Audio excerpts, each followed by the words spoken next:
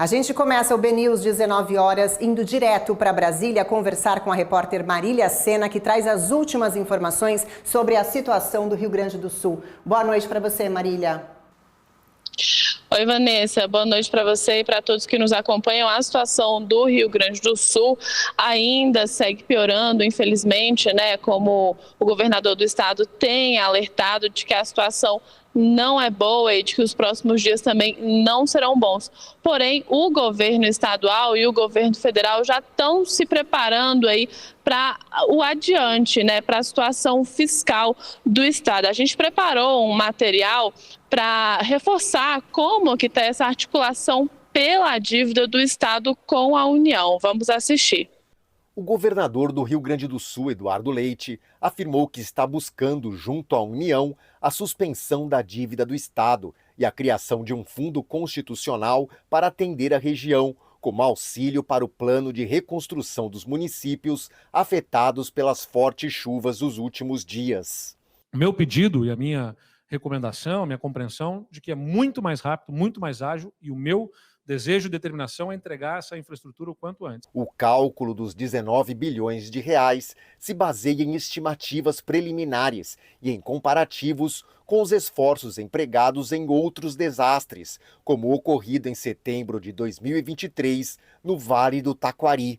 De acordo com o levantamento inicial, cerca de 218 milhões são para ações de resposta ao desastre, 2,5 bilhões para ações de assistência, mais de 7,2 bilhões para políticas de restabelecimento e quase 9 bilhões para a reconstrução. Se nós encaminharem, como nós pedimos, a suspensão por longo período, é importante dizer, né? Não por um período curto, mas por um longo período do pagamento da dívida do Estado junto à União, esses recursos que iriam para Brasília ficam aqui, e aí nós podemos fazer a execução direta dessas obras que são críticas em muitas regiões.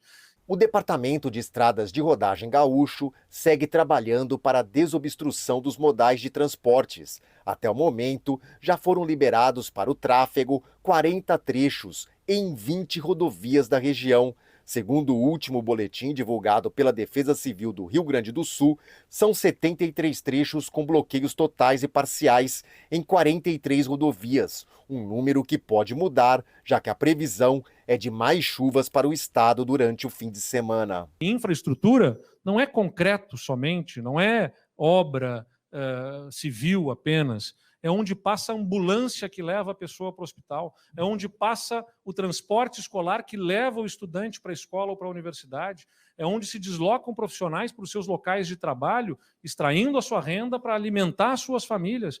Então, infraestrutura é fundamental para a vida das pessoas. O ministro da Cidade, Jader Filho, afirmou em entrevista para a empresa Brasil de Comunicação que deve se reunir na segunda-feira com secretários de Habitação e de Infraestrutura, tanto do governo do estado do Rio Grande do Sul, quanto das prefeituras. A resiliência da nossa cidade é adaptar as nossas cidades, é dar para elas um equipamentos e uma infraestrutura para que elas possam suportar essa pressão climática. Segundo o último relatório de monitoramento do Ministério de Portos e Aeroportos, o aeroporto de Porto Alegre segue fechado por tempo indeterminado.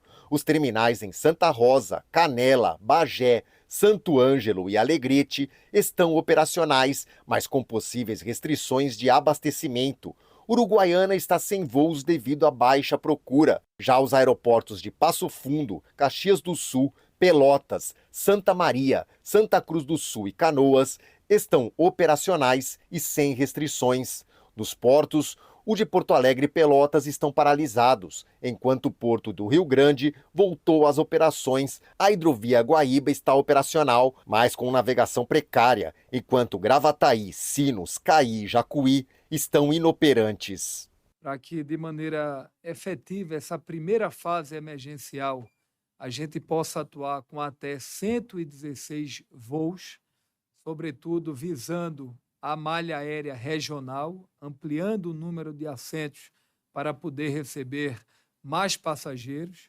A gente está ampliando a malha aérea no interior do estado em torno de 10 mil assentos no estado do Rio Grande do Sul. O Senado Federal aprovou o plano da Comissão Temporária do Rio Grande do Sul. O trabalho será dividido em 3 fases. Na primeira, que deve durar 15 dias, o objetivo é prestar assistência social, primeiros socorros e suporte às vítimas da tragédia. Na segunda, prevista para 6 meses, o foco é a reconstrução das estruturas de mobilidade, serviços públicos e comunicação.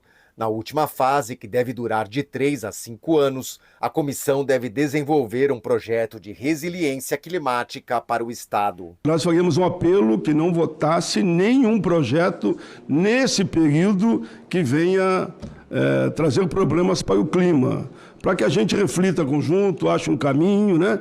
E faríamos esse apelo aqui na Câmara. O ministro das Relações Institucionais, Alexandre Padilha, agradeceu a agilidade do Congresso Nacional para aprovar as ações de enfrentamento à situação do Rio Grande do Sul. A aprovação do decreto de calamidade permite que outras medidas possam ser anunciadas. O governo prepara para a próxima semana, na terça-feira, mais medidas com foco nas famílias. Vanessa, e por aqui as medidas do governo federal para o Rio Grande do Sul continuam.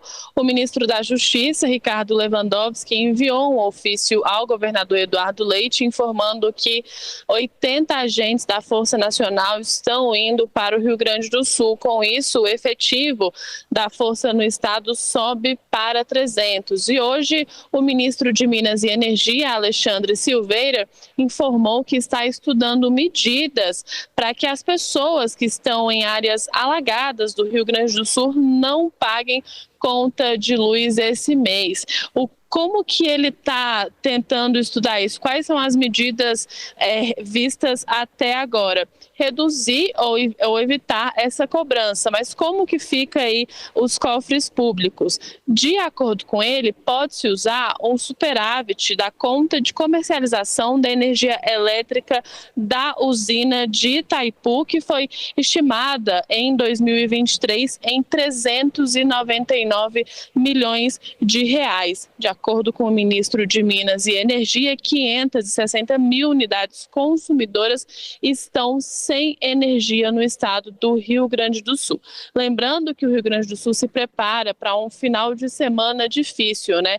A Defesa Civil, o INMET, emitiu um alerta de perigo. A expectativa é de que as chuvas caiam com 30 a 60 milímetros e de que os ventos possam ultrapassar 100 quilômetros por hora. Hoje, inclusive, já começou a chover em Porto Alegre e em Canoas. A gente segue acompanhando. Que situação difícil, né, Marília? Obrigada, viu, pelas suas informações.